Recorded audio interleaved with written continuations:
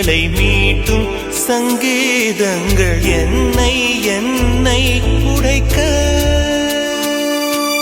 கண்களை திறந்து கொண்டு நான் கனவுகள் காணுகிறேன்.